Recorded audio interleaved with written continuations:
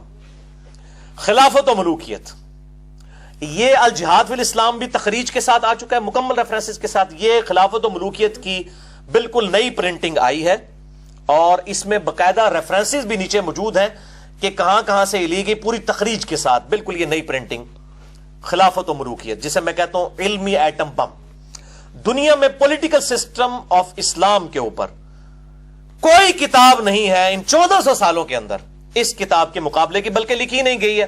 یہ تو اس کو پھر سنی شیعہ کا مسئلہ بنا دیا جاتا تھا، یہ مولانا مودودی کی جرت ہے، اور اسی کی اگلا ورژن آپ کو پتا ہے کہ اللہ تعالیٰ معاملات کو وقت کے ساتھ ساتھ امپروو فرماتا ہے، وہ ہے میرے بھائیوں یہ جو ہم نے ایٹم بم پھینکا ہے، یہ بلکہ ہائیڈروجن بم ہے، وہ ایٹم بم تھا، یہ ہائیڈروجن بم ہے، اس سے 50 گنا تباہی کرنے والا، الحمدللہ علمی طور پر دلائل کے اعتبار سے۔ ریسرچ پیپر نمبر 5B 4 زبانوں کے اندر، پہلے میں نے عربی میں لکھا، یہ کہتے ہیں عربی میں پہلے لکھا، اس کے بعد اردو ترجمہ ہوا، پھر ہندی ترجمہ، پھر انگلش میں ترجمہ۔ واقعہ کربلا کا حقیقی پس منظر 72 صحیح الاسناد احادیث کی روشنی میں، سب کی سب اہل سنت کی کتابوں سے، اور 150 روایتیں میں نے اکٹھی کی ہیں۔ 72 کا ٹائٹل صرف شہدائے کربلا کی نسبت سے لیا، ایک ایک نمبر کے اوپر کئی احادیث ہیں، مثلا 33 نمبر پہ غدیر خون کے کم از کم میں نے 8 طریق جمع کیے ہیں، لیکن نمبر اس کو 33 دیا ہے۔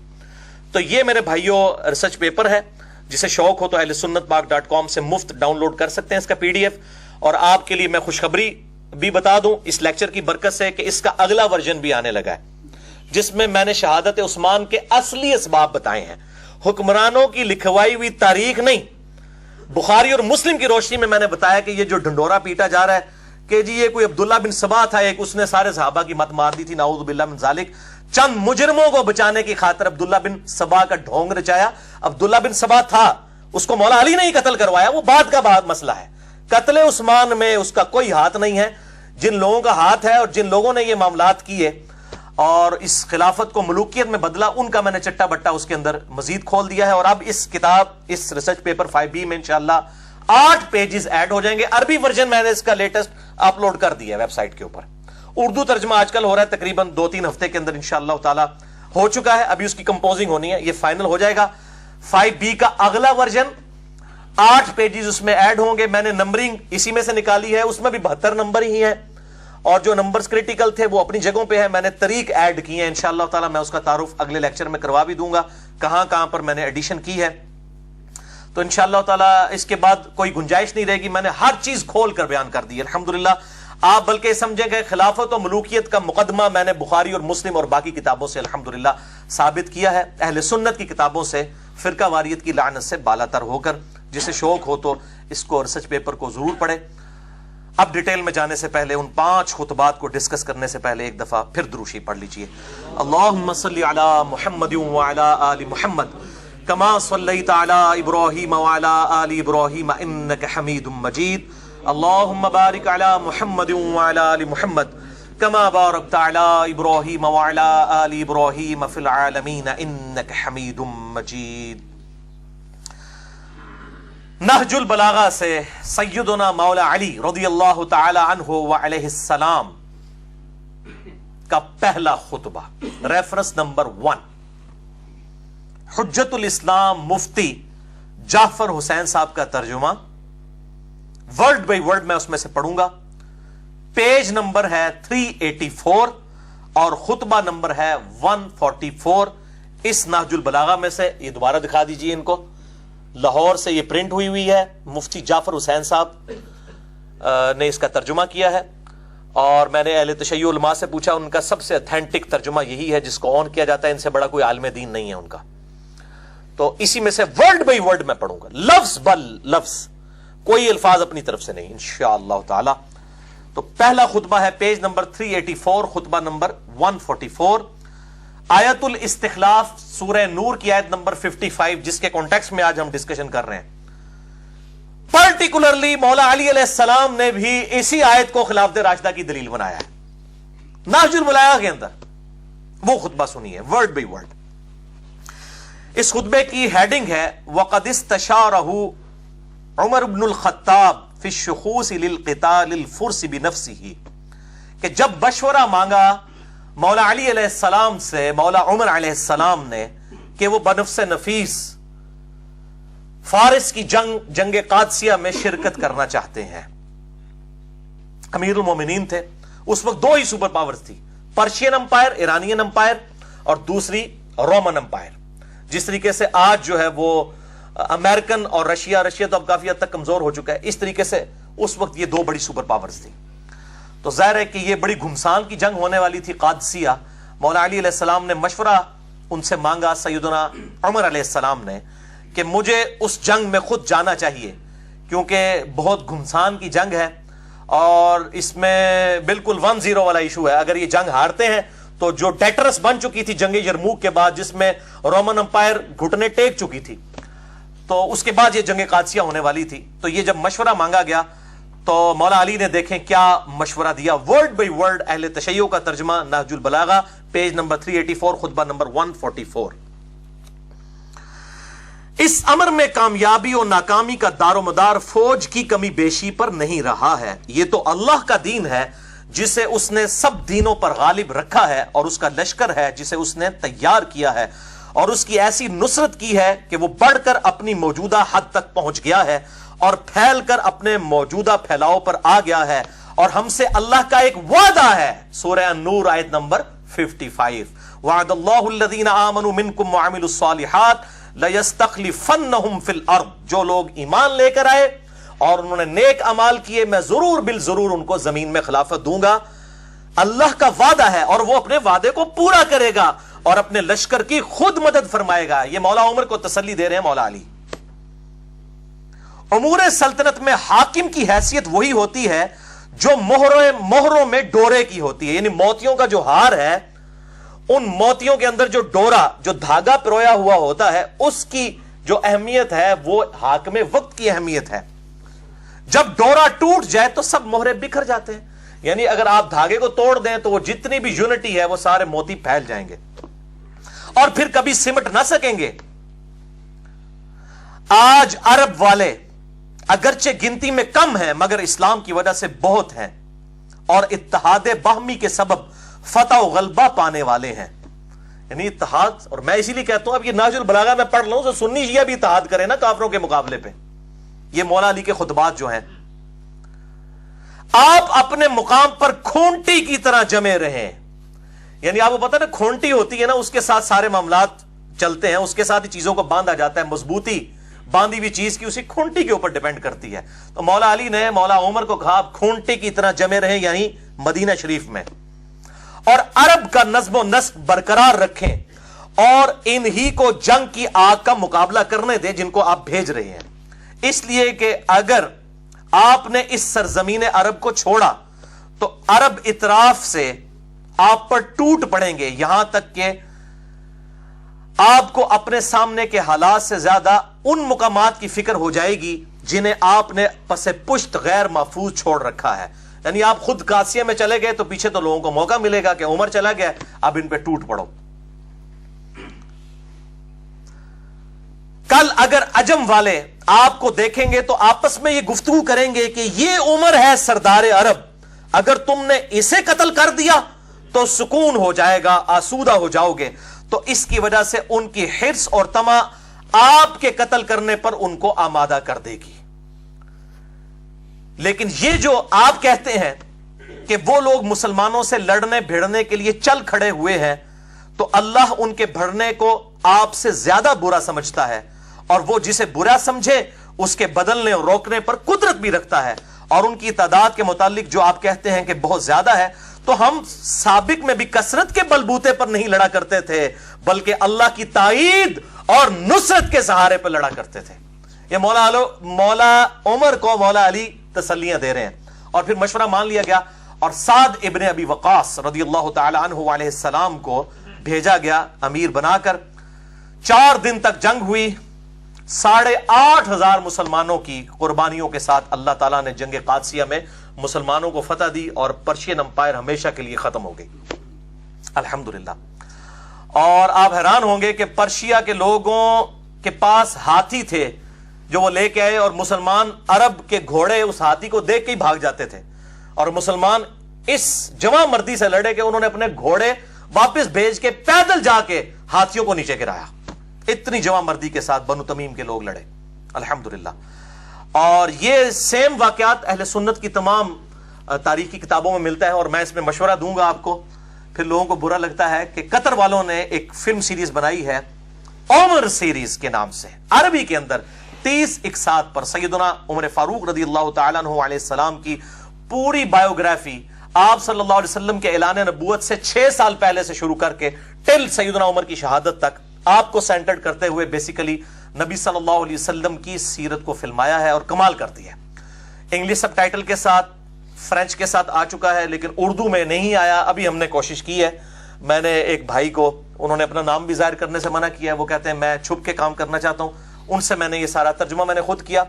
بہرحال ایک کلپ ہم نے چڑھایا، الحمدللہ وہ چند گھنٹوں کے اندر ہزاروں لوگوں تک، شاید لاکھوں تک پہنچ چکا ہو واٹس ایپ کے ذریعے، الحمدللہ اردو سب ٹائٹل کے ساتھ ایک کلپ سیدنا عمر کا ایک بڑا زندگی کا بہترین واقعہ، وہ ہماری جو فیس بک ہے اس کے اوپر اپلوڈ ہے، انجینئر محمد علی مرزا۔ یوٹیوب پہ چونکہ اجازت نہیں، اس کے کاپی رائٹس ہیں، ہم کوشش کر رہے ہیں ہمیں اجازت مل جائے تو ہم اس طرح کے جو کریٹیکل کلپس ہیں وہ انشاءاللہ تھوڑے تھوڑے کر کے اردو سب ٹائٹل کے ساتھ بہترین آسان فہم اردو ترجمے کے ساتھ اپلوڈ کریں گے۔ اس کی آج تازہ مثال آ چکی ہے۔ اور یہ عمر سیریز کے اوپر جو یہ مولوی خطبے دیتے پھر رہے ہیں نا اس کے خلاف، ان کو یہ اندازہ نہیں ہے کہ عمر سیریز کا کنسلٹنٹ وہ بندے ہیں کہ یہ سارے دنیا کے مولوی ایک پلڑے میں رکھے جائیں نا علمی اعتبار سے، اور وہ 2 بندے ایک طرف ہیں۔ مفتی اعظم قطر یوسف القرضاوی، جن کی عمر تقریباً 90 سال ہو چکی ہے، دنیا میں اس سے بڑا کوئی اہل سنت کا عالم دین نہیں ہے، وہ کنسلٹنٹ ہے اس کے، جن کی وہ کتاب ہے اسلام میں حلال و حرام، جو عرب کے ملکوں میں پڑھائی جاتی ہے جدید مسائل کے اوپر۔ یہ ڈاکٹر ذاکر نائک اور باقی جتنے لوگ ہیں، یہ جتنی بھی باتیں بیان کر رہے ہوتے ہیں یہ ان کی تحقیق ہے، یوسف القرضاوی۔ اور دوسرے ڈاکٹر علی سلابی ہیں جو دنیا میں سب سے بڑے ہسٹورین ہیں، جنہوں نے سیدنا ابوبکر، عمر، عثمان و علی رضی اللہ عنہم اجمعین وعلیہم السلام کی سیرت پہ اتنی موٹی عربی میں کتابیں لکھی ہیں، اور وہ کتابیں جو ہے وہ شائع بھی ہو رہی ہیں اردو ترجمے کے ساتھ، ڈاکٹر علی سلابی۔ تو یہ 2 بڑے بڑے لوگ ہیں جنہوں نے عمر سیریز کے اوپر کنسلٹینسی دی ہے، اور الحمدللہ یہ ریکارڈنگ ہوئی، اور اس کا ٹیسٹ ہی عربی میں ہونے کی وجہ سے ہے۔ نہج البلاغہ سے مولا علی علیہ السلام کا دوسرا خطبہ، ریفرنس نمبر 2، حجت الاسلام مفتی جعفر حسین صاحب کا اردو ترجمہ، پیج نمبر 368، خطبہ نمبر 132۔ جنگ یرموک جو قادسیہ سے پہلے رومن امپائر کے خلاف فیصلہ گن جنگ تھی، اس میں بھی سیدنا عمر نے کہا کہ میں خود جا کے مسلمانوں کو لیڈ کرتا ہوں تاکہ مورائل بلند ہو مسلمانوں کا۔ تو اس حوالے سے بھی مولا علی سے مشورہ مانگا گیا، اور اس خطبے کی ہیڈنگ کیا ہے؟ وَقَدْ شَاوَرَهُ عمر بن الخطاب فی الخروج الى غزو الروم بنفسه۔ جب مولا علی علیہ السلام سے مولا عمر نے مشورہ مانگا کہ وہ خود جا کر روم کا غزوہ لڑنا چاہتے ہیں۔ یہ غزوہ کو جو کہا گیا نا جس میں حضور شریک ہوں صلی اللہ علیہ وآلہ وسلم، وہ غزوہ ہوتا ہے، دوسرا جو ہے وہ سریہ ہوتا ہے، یہ بالکل جھوٹ ہے، محدثین اس فرق کو نہیں مانتے۔ غزوہ کا لفظ کسی لیے بھی استعمال ہو سکتا ہے۔ مسئلہ نمبر 127B امام محمد مہدی والے لیکچر کے اندر میں نے اس کے اوپر ڈیٹیل سے گفتگو کی ہے، غزوہ ہند والی حدیث کے اوپر۔ وہ کہتے ہیں نہیں غزوہ اس لیے کہ نبی صلی اللہ علیہ وسلم خود آ جائیں گے، نعوذ باللہ، غزوہ ہی، اب غزوہ روم کا لفظ یہاں پہ موجود ہے، حالانکہ اس میں تو نہیں موجود تھے۔ تو جب مشورہ مانگا گیا جنگ یرموک پہ جانے کے لیے، تو اب مولا علی کیا کہتے ہیں ورڈ بائی ورڈ؟ اللہ نے دین والوں کی حدوں کو تقویت پہنچانے اور ان کی غیر محفوظ جگہوں کو دشمن کی نظر سے بچانے کا ذمہ لے رکھا ہے. وہی خدا اب بھی زندہ و غیر فانی ہے کہ جس نے اس وقت ان کی تائید و نصرت کی تھی جبکہ وہ مسلمان تھوڑے تھے, غزوہ بدر میں تھوڑے سے تھے, کہ دشمن ان سے انتقام نہیں لے سکتے تھے, کہ وہ اپنے دشمن سے انتقام نہیں لے سکتے تھے. اللہ نے اس وقت بھی مسلمانوں کی مدد کی اور ان کی حفاظت کی جب وہ اتنے کم تھے کہ اپنے کو محفوظ نہیں رکھ سکتے تھے. تم اگر خود ان دشمنوں کی طرف بڑھے اور ان سے ٹکرائے اور کسی افتاد میں پڑ گئے تو اس صورت میں مسلمانوں کے لیے دور کے شہروں کے پہلے کوئی ٹھکانہ نہ رہے گا اور نہ تمہارے بعد کوئی ایسی پلٹنے کی جگہ ہوگی کہ اس کی طرف پلٹ سکیں. یعنی سیدنا عمر کو کہہ رہے ہیں تو سیدھے تھم ہو ساڑھے تو انو کو جو ہو گیا تھا پیچھے کے بڑھے گا. اگر وہاں پہ مسلمان شکست کھاتے ہیں تو آپ کی طرف تو آ سکتے ہیں, آپ پھر نئی کمک بھیج سکتے ہیں. اگر کسی افتاد میں پڑ گئے تو اس صورت میں مسلمانوں کے لیے دوسرے شہروں کے پہلے کوئی ٹھکانہ نہ رہے گا اور نہ تمہارے بعد کوئی ایسی پلٹنے کی جگہ ہوگی کہ اس کی طرف پلٹ کر آ سکیں.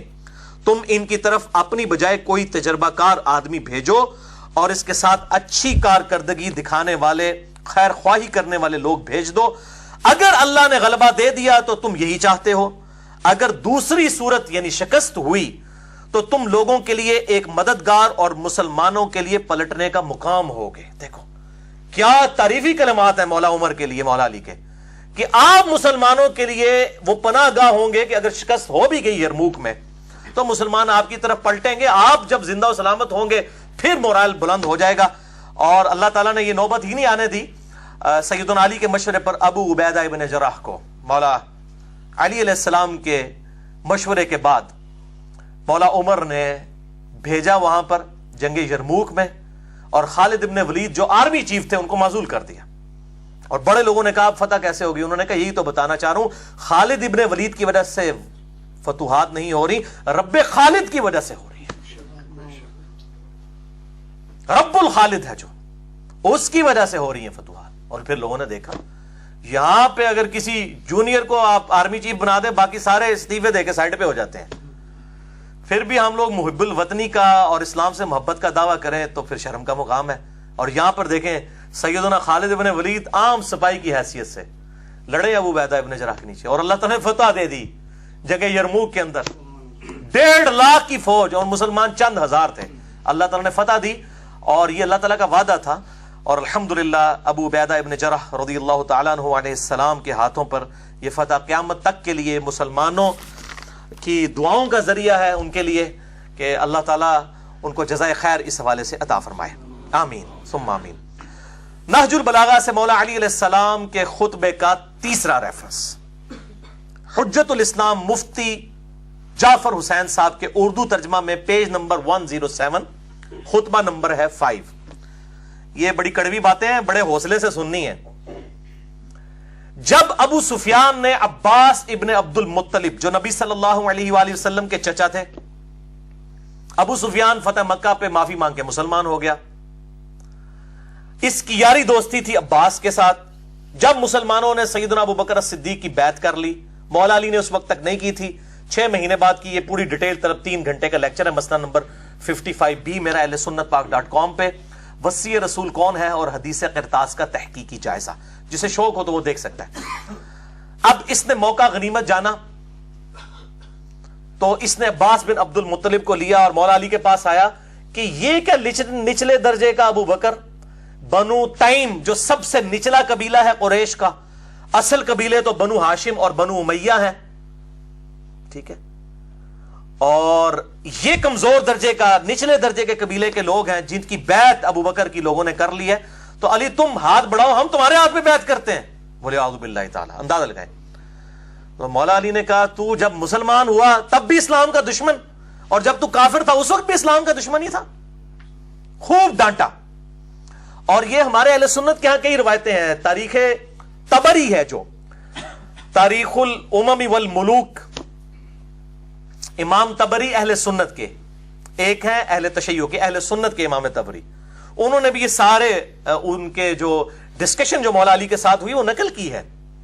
اور آپ اردو میں ترجمہ شائع ہو چکا ہے فیصل اکیڈمی لاہور والوں کا 2004 میں، صفحہ نمبر 424 اور جلد نمبر 2 میں یہ سیم خطبہ موجود ہے جو میں نہج البلاغہ سے ورڈ بائی ورڈ مولا علی علیہ السلام نے جو جھڑکا ابو سفیان کو، یہ کہنے لگا میں پیادوں اور سواروں سے بھر دوں گا اس پورے مدینے کو تیری حمایت کے اندر، ابو بکر کو ہٹاؤ.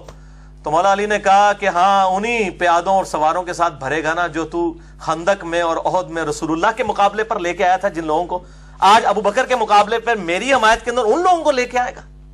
اسی لیے میں کہتا ہوں یہ لوگ مطلب ادھر بھی اسلام کے ساتھ دشمنی، یہاں پہ بھی ظاہر ہے کہ کمزور درجے والے لوگ تھے، نبی علیہ السلام کی ان کو صحبت اتنی نہیں ملی، ہم ان کو صحابی مانتے ہیں رضی اللہ تعالیٰ عنہ کہتے ہیں، لیکن ان کو صحبت نہیں ملی تو ظاہر ہے وہ کمزوریاں پھر نظر بھی آ رہی ہیں.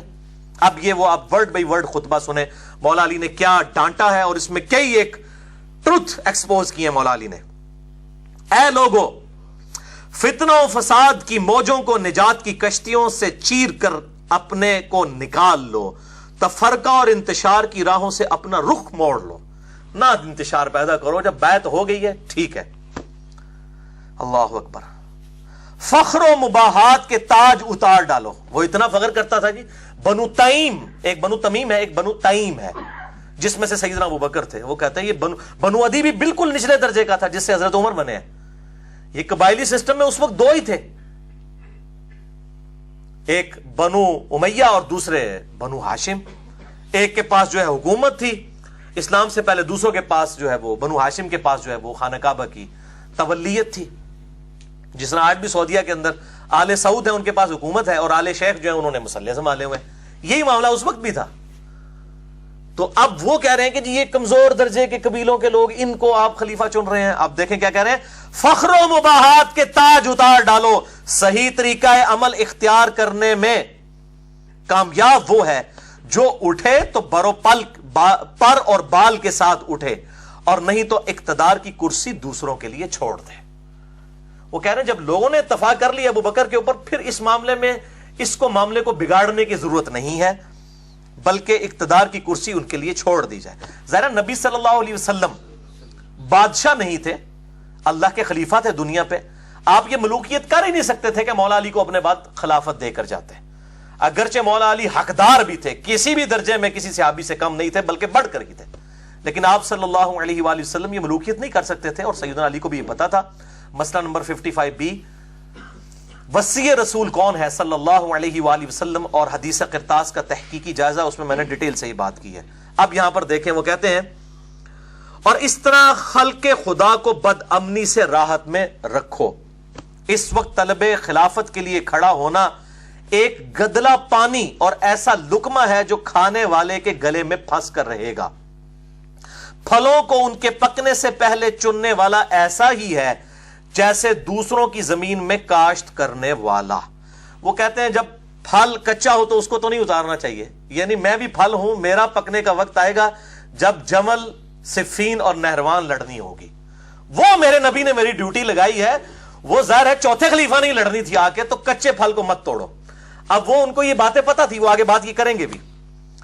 اگر بولتا ہوں تو لوگ کہتے ہیں یہ دنیاوی سلطنت میں اٹھ کھڑے ہوئے ہیں، اور اگر میں چپ رہتا ہوں تو لوگ کہتے ہیں موت کے ڈر سے چپ کر گیا.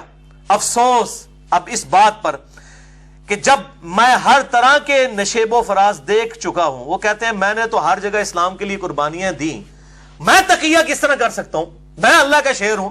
یہ کہتے ہیں خالد ابن ولید نے وہ جکڑ کے رسیوں میں، جھوٹی روایت، وہ 1 کروڑ خالد ابن ولید مولا علی کا مقابلہ نہیں کر سکتے. وہ کہتے ہیں میں نے تو اسلام کے بڑے یہ ادوار دیکھے ہیں، جب کوئی بھی آگے نہیں جاتا تھا، خیبر کے اندر، خندق کے اندر ابن عبد الود آ گیا، خیبر میں مرحب آ گیا، تو میں نے تو یہ سارے معاملات خود دیکھے ہوئے ہیں، میں موت سے نہیں ڈرنے والا. صحیح مسلم میں آتا نا، میرا نام میری ماں نے حیدر رکھا ہے، شیر ہوں میں. وہ کہتے ہیں میں تو سارے نشیب و فراز دیکھ چکا ہوں. اللہ کی قسم ابو طالب کا بیٹا موت سے اتنا مانوس ہے کہ بچہ اپنی ماں کی چھاتی سے اتنا مانوس نہیں ہوتا. ماں کی چھاتی سے جو دودھ کے لیے جتنا بچہ تڑپتا ہے، اتنا میں موت کا مشتاق ہوں. ظاہر ہے جی، جن کے لیے آخرت کی زندگی سب کچھ ہو تو دنیا لائبلٹی ہے، آخرت تو ایسٹ ہے ان کے لیے. البتہ ایک علم پوشیدہ ہے میرے سینوں کی تہوں میں لپٹا ہوا، اگر اسے ظاہر کر دوں تو تم اسی طرح پیچو تاب کھانے لگو جس طرح گہرے کنویں میں رسیاں لرزتی اور تھر تھراتی ہیں. یعنی میرے پاس ایک علم ہے. وہ علم کیا ہے کہ کچے پھل کو نہیں توڑنا. میرے پکنے کی باری ابھی نہیں آئی ہے, وہ آئے گی جب جمل, صفین اور نہروان لڑنی ہوگی. اور وہ سینے میں چھپا ہوا علم کیا نبی صلی اللہ علیہ وسلم نے دیا. یہ میں نے 72 احادیث والے پمفلٹ میں اس کو واقعہ کربلا کا حقیقی پس منظر 72 صحیح الاسناد احادیث کی روشنی میں اس کے اندر اس کو بریف کیا ہے. حدیث میں بتا دیتا ہوں. سنن نسائی الکبریٰ میں انٹرنیشنل نمبر کے مطابق 8457 ہے. مسند احمد میں 11790 ہے. نبی علیہ السلام اپنی ایک زوجہ کے گھر سے باہر نکلے, آپ کا جوتا ٹوٹ گیا, آپ نے جوتا گھانٹنے کے لیے مولا علی کو دیا. وہ جوتا گھانٹنا شروع ہو گئے. آپ صلی اللہ علیہ وسلم تھوڑے آگے جا کر کھڑے ہو گئے. آپ صلی اللہ علیہ وآلہ وسلم نے فرمایا علی کا انتظار کرتے ہیں. پھر آپ نے فرمایا کہ اللہ تعالیٰ نے مجھے نبی بنا کر مبعوث کیا, تو ایز اے لاسٹ ریزالٹ مجھے کافروں کے خلاف تلوار اٹھانی پڑی قرآن حکیم کی خاطر, اس کو منوانے کی خاطر, ایز اے لاسٹ ریزالٹ. لیکن تم میں ایک خوش نصیب ایسا بھی ہے کہ جسے اسی طریقے سے جس طریقے سے میں نے قرآن حکیم کی تعبیر کی خاطر تلوار اٹھائی, وہ قرآن کی تعویل کی خاطر مسلمانوں کے خلاف تلوار اٹھائے گا. سیدنا ابو بکر نے کہا یا رسول اللہ, انا یا رسول اللہ, کیا میں ہوں؟ فرمایا لا. حالانکہ آپ لا کے الفاظ نہیں استعمال کرتے تھے. سیدنا عمر نے کہا یا رسول اللہ وہ خوش نصیب میں ہوں؟ فرمایا نہیں, بلکہ وہ خوش نصیب وہ ہے جو میری جوتیاں گانٹ رہا ہے. صحابہ دوڑے مولا علی کی طرف اور کہا کہ آپ کو مبارک ہو, آپ کے لیے اتنی بڑی خوشخبری ہے کہ آن دا بہاف آف پروفٹ آپ مسلمانوں کے خلاف تلوار اٹھائیں گے جس طرح کہ نبی صلی اللہ علیہ وسلم نے کافروں کے خلاف. تو مولا علی مسکرا پڑے. صحابہ کہتے ہیں ہم سمجھ گئے کہ مولا علی کو اس بات کا پتہ ہے, حضور نے بتایا ہوا ہے ان کو پہلے ہی کہ آن دا بہاف آف پروفٹ انہوں نے جنگ جمل, صفین اور نہروان لڑنی ہے.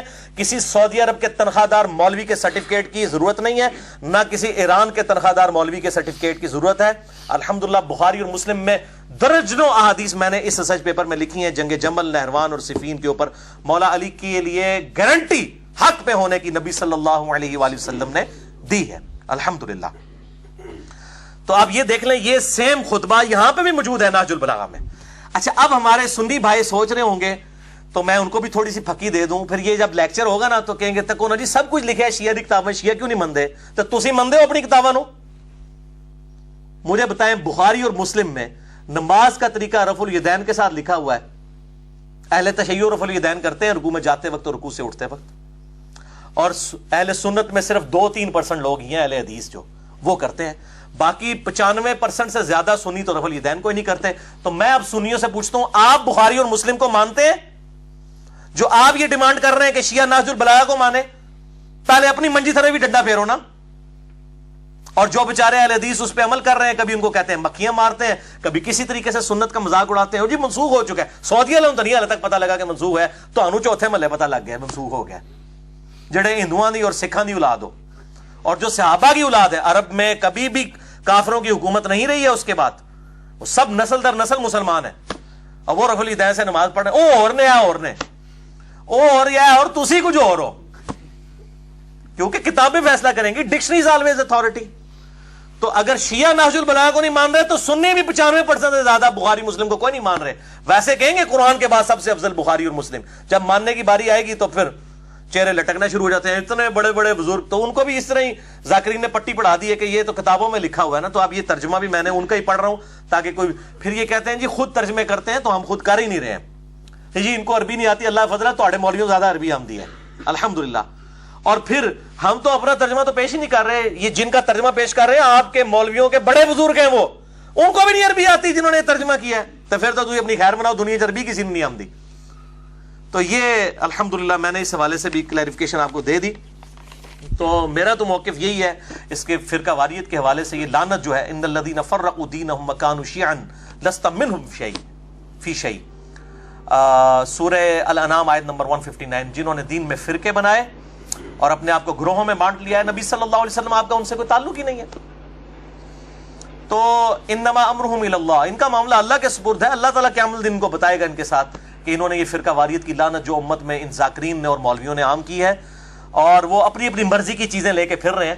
اور وہ یہود و نصارہ کے اندر بھی یہی خرابی تھی جو سورۃ المومنون کی آیت نمبر 53 میں آئی, فتقطعوا امرہم بینہم زبرا, نبیوں کے جانے کے بعد انہوں نے اللہ تعالیٰ کے احکامات کو بدل دیا, پارا پارا کر دیا. کل حزب بما لدیہم فرحون، ہر گروہ اس میں خوش ہے جو اس کے پاس ہے۔ سنی کہتے ہیں ہمارے پاس صحابہ کی محبت ہے، شیعہ کہتے ہیں ہمارے پاس اہل بیت کی محبت ہے، ہمیں کسی اور چیز کی ضرورت نہیں ہے، اور اس طریقے سے انہوں نے اپنے آپ کو فرقہ واریت میں بانٹ لیا۔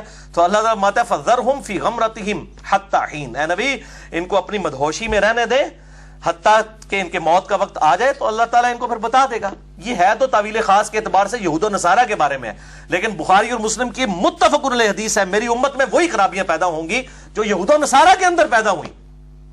اس پہ بھی میں الگ سے لیکچر دے چکا ہوں، مسئلہ نمبر 157A اور B دیکھ لیں۔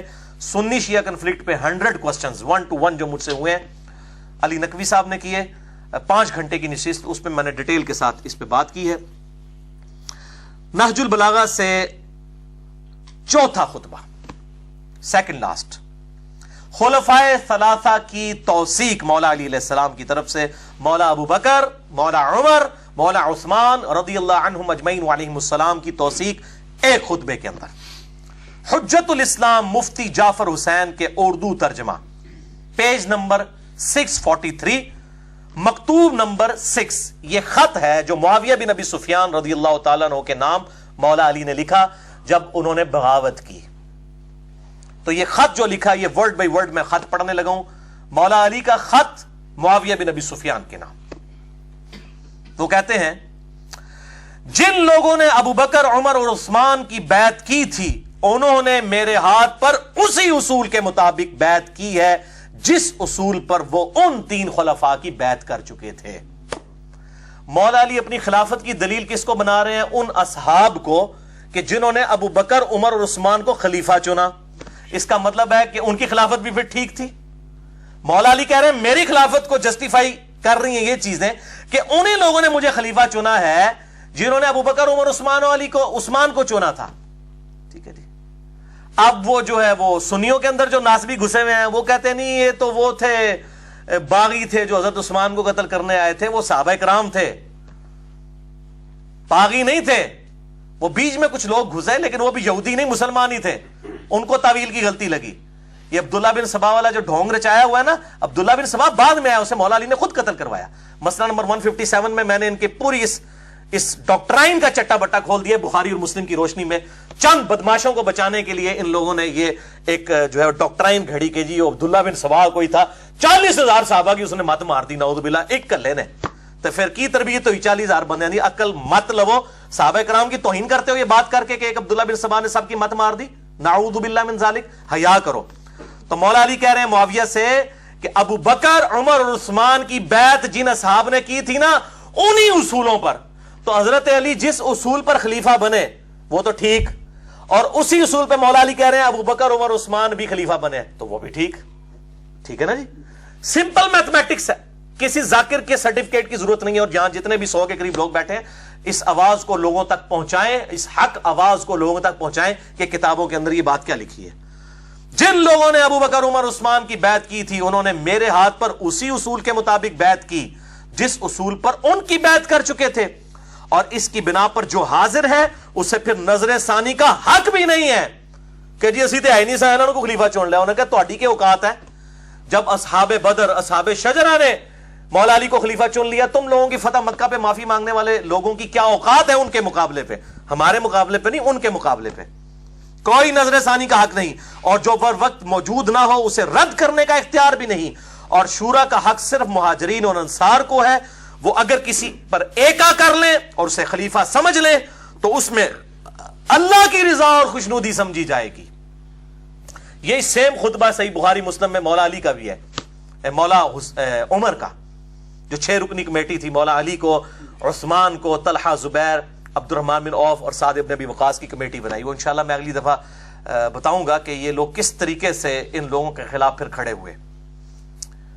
تو کہتے ہیں کہ اللہ کی رضا بھی اس میں ہے۔ اب جو کوئی اس کی شخصیت پر اعتراض یا نیا نظریہ اختیار کرتا ہوا الگ ہو جائے، یعنی وہ شخصیت جس کو اصحاب رسول نے چنا ہے صلی اللہ علیہ وآلہ وسلم، وہ اس سے الگ ہو جائے تو اسے وہ سب اسی طرف واپس لائیں گے بائی فورس جدھر سے وہ منحرف ہوا ہے، اور اگر انکار کرے گا تو اس سے لڑیں گے، کیونکہ ایسا شخص مومنین کے طریقے سے ہٹ کر دوسری راہ پر ہو لیا ہے، اور جدھر وہ پھر گیا ہے اللہ تعالیٰ بھی اسے ادھر ہی پھیر دے گا. اگر بندے دا پتر نہ بنے تو اللہ تعالیٰ پھر اسی گمراہی چ سٹ دے گا. تو بائی فورس معاویہ ہم تجھے رائے راست کے اوپر لے کر آئیں گے, مجھے خلیفہ چنا ہے اصحاب بدر اصحاب شجرہ نے. اب یہ دیکھیں کتنے کلیئر کٹ. اور یہ جو اشارہ کیا یہ سورۃ الحجرات کی آیت نمبر 9 ہے کہ جب کوئی مسلمان گروہ باغی ہو جائے نہ حق اس کے خلاف قتال کرو یہاں تک کہ وہ توبہ پر آمادہ ہو. تو اسی کی بنا پہ یہ قتال کیا گیا, جنگ صفین ہوئی. تو وہ کہتے ہیں ہم بائی فورس تجھے لے کے آئیں گے, اگر پھر بھی نہ آیا تو پھر ادھر ہی چلا جا جدھر اللہ نے تجھے پھینکا. اللہ اکبر. اے معاویہ میری جان کی قسم اگر تم اپنی نفسانی خواہشوں سے دور ہو کر عقل سے دیکھو گے تو سب لوگوں سے زیادہ مجھے ہی عثمان کے خون سے بری پاؤ گے, مگر یہ کہ تم بہتان باندھ کر کھلی ہوئی چیزوں پر پردہ ڈالنا چاہتے ہو. والسلام. چلو مسلمان مانا معاویہ کو. میں اہل تشیع کو بھی کہتا ہوں وہ کمزور درجے کا مسلمان تھے لیکن ہے مسلمان تھے, منافق نہیں تھے. ان کا معاملہ اللہ کے سپرد. السلام بھی اس میں کیا, والسلام لکھ کے خط کو مکمل کیا اور کہا یہ جو عثمان کے قتل کا جو بہانہ بنایا ہے مجھے خوب پتا ہے, سانون پتا ہے کہ کیا ہوا ہے. ٹھیک ہے, میں بخاری مسلم تو کھول دیتا ہے کہ ہوا ہے, اصل مقصد کیسی. تو وہ انشاءاللہ میں اگلی دفعہ بتاؤں گا کہ ان لوگوں کی کیا ورلڈنگ ہوا کرتی تھی. اور مولا عمر نے پہلے ہی بتا دیا تھا. صحیح مسلم میں 1258 نمبر حدیث ہے, یہ اب میں اس کی اگلے ورژن میں ڈال رہا ہوں 72 حدیث والے میں, اور کافی ساری حدیثیں میں نے ڈالی. 1258 صحیح مسلم دارالاسلام کی نمبرنگ کہ سیدنا عمر کہتے ہیں میں نے خواب دیکھا ہے. اچھا ایک حدیث وہ ہے جو ان کے زخم لگنے کی ہے, وہ بخاری میں 3700 ہے 3700. اس میں تو ہے ان کو زخم لگ گیا, موت کا وقت قریب آیا, انہوں نے 6 رکنی کمیٹی بنائی. یہ اس سے پہلے کا واقعہ, ابھی کچھ بھی نہیں ہوا. صحیح مسلم 1258 1258 صحیح مسلم انٹرنیشنل نمبر کے مطابق.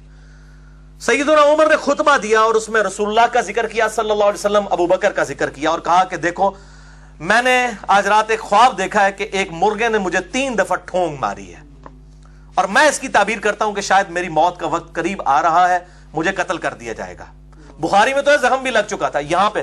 اور اگر مجھے کچھ ہو جائے تو دیکھنا خلافت کے امر کو ان 6 بندوں سے باہر نہ جانے دینا جن سے نبی صلی اللہ علیہ وسلم اپنی وفات تک راضی رہے. علی, عثمان, طلحہ, زبیر, عبد الرحمن بن عوف, سعد ابن ابی وقاص رضی اللہ عنہم اجمعین وعلیہم السلام. اس کا مطلب ہے کچھ سے پھر ناراض بھی ہوں گے اگر 6 سے وفات تک راضی رہے. یہ عشرہ مبشرہ والے تھے. ان میں سے خلیفہ چن لینا, اور اس کے بعد مجھے یہ خطرہ ہے کہ جن کو میں نے اسلام کی خاطر اپنے ہاتھوں سے مارا ہے, مار مار کے اسلام میں داخل کیا ہے, جن کو اسلام کی خاطر فتح مکہ پہ وہ لوگ معافی مانگ کے مسلمان ہو گئے, مجھے خطرہ ہے کہ یہ لوگ خلافت کے معاملے میں تان کریں گے. وہ کیا بھی ہے دیکھیں. اور اگر یہ ان 6 بندوں کے خلاف کھڑے ہو جائیں تو ان کے کفر اور گمراہی میں شک نہ کرنا. یہ مولا عمر کا فتویٰ ہے بھائی جی, سعودی عرب دا فتویٰ نہیں جے, نہ ایران دا فتویٰ جے. ان کے کفر اور گمراہی میں شک نہ کرنا جو ان 6 بندوں کے خلاف کھڑے ہوں. ہم کہتے ہیں آپ فیصلہ کریں. چلیں کفر کو آپ لغوی معنوں میں لے لیں, کفران نعمت, لیکن گمراہی کا تو اور ترجمہ کوئی نہیں ہو سکتا, ضلالہ کا تو ترجمہ ہی کچھ اور نہیں ہو سکتا. ٹھیک ہے, ہم پوچھتے ہیں ان 6 بندوں کے خلاف کھڑے ہونے والوں کو مولا عمر نے کہا ہے کہ گمراہ اور ان کے کفر میں شک نہ کرنا جو اس قسم کے اختلاف کریں گے. تو یہی آپ دیکھ لیں ادھر بھی کلیئر کٹ سیدنا علی بھی کہہ رہے ہیں کہ یہ اللہ کی منتخب کردہ شخصیات ہیں جن کو اصحاب بدر اور اصحاب شجرہ چنے. اگر یہ کوئی اس طرح کی حرکت کرو گے تو تلوار کے زور پہ تمہیں سیدھے راستے کے اوپر میں لے کے آؤں گا. بہرحال اس حوالے سے مولا علی علیہ السلام کی جو حقانیت ہے بخاری اور مسلم کی احادیث کی روشنی میں نے اس پہ ڈیٹیل لیکچر دیا ہے. خلافت و ملوکیت صحیح مسئلہ خروج اور فکر حسین حق پرستی کی علامت ہے, مسئلہ نمبر 101 اہل سنت پاک.com پہ. اور باقی یہ واقعہ کربلا کا حقیقی پس منظر 72 صحیح الاسناد حدیث کی روشنی میں, اس میں 150 روایتیں, اب انشاءاللہ 200 ہو جائیں گی جو میں اب اور اس کا اگلا ورژن انشاءاللہ نکالنے لگا ہوں. پھر انشاءاللہ معاملات بالکل کھل کر سامنے آ جائیں گے. یہاں پہ میں ایک بات خصوصاً اہل تشیع کے لیے کر دوں, اپنا اہل سنت کا مقدمہ میں ان کے سامنے رکھ دیتا ہوں کہ اہل تشیع بھائیوں سے بھی میری ریکویسٹ ہے کہ وہ اہل سنت کے بارے میں اس حوالے سے کوئی بدگمان نہ ہو. اہل سنت میں کوئی دوسری رائے نہیں ہے. ہم حضرت معاویہ ہوں, حضرت مغیرہ ابن شعبہ ہوں, حضرت عمر ابن عاص ہوں, حضرت بصر ہوں رضی اللہ عنہم اجمعین, ہم صرف ان کا اتنا دفاع کرتے ہیں کہ ان پہ لعنت نہ کریں. ان کے مرنے کے بعد وہ اللہ کے پاس جا چکے ہیں, اللہ جانے ان کا معاملہ. ہم صرف اتنا دفاع کرتے ہیں، باقی ان کی غلطیوں کا کوئی جھوٹا دفاع نہیں کرتے۔ ہم الحمدللہ ابو بکر، عمر، عثمان و علی اور حسن ابن علی، ان 5 ہی کو خلفائے راشدین مانتے ہیں۔ ایون امام ابن تیمیہ نے منہاج السنہ میں لکھا کہ خلفائے راشدین 5 ہیں، ابو بکر، عمر، عثمان، علی اور حسن ابن علی۔ 6 مہینے ان کے بھی ڈال کے 30 سال پورے ہوتے ہیں۔ حافظ ابن کثیر نے آیت الاستخلاف سورہ نور آیت نمبر 55 کے کانٹیکس میں تفسیر ابن کثیر میں، حافظ ابن کثیر المتوفی 774 ہجری، انہوں نے بھی لکھا ہے کہ یہ 12 خلفاء والی جو حدیث پیش کر کے تو یزید کو ان لوگوں کو بیچ میں ڈالتے ہیں، یہ 12 خلفاء نہیں 5 ہی ہیں کنزیکٹو، بعد میں 12ویں امام محمد مہدی ہیں، بیچ میں خلیفہ آئیں گے، ان میں سے ایک عمر بن عبدالعزیز ہے۔ انہوں نے نہ معاویہ کو نہ یزید ابن معاویہ کو خلفائے راشدین میں شامل ہی نہیں کیا، نہ ابن تیمیہ نے، نہ ان کے شاگرد امام ابن کثیر نے۔ تو یہ الحمدللہ کوئی دوسری رائے نہیں، ہم صرف کہتے ہیں کہ لعنت نہ کریں، اور اس حوالے سے ذرا اصلاح کا دروازہ تاکہ کھلا رہے۔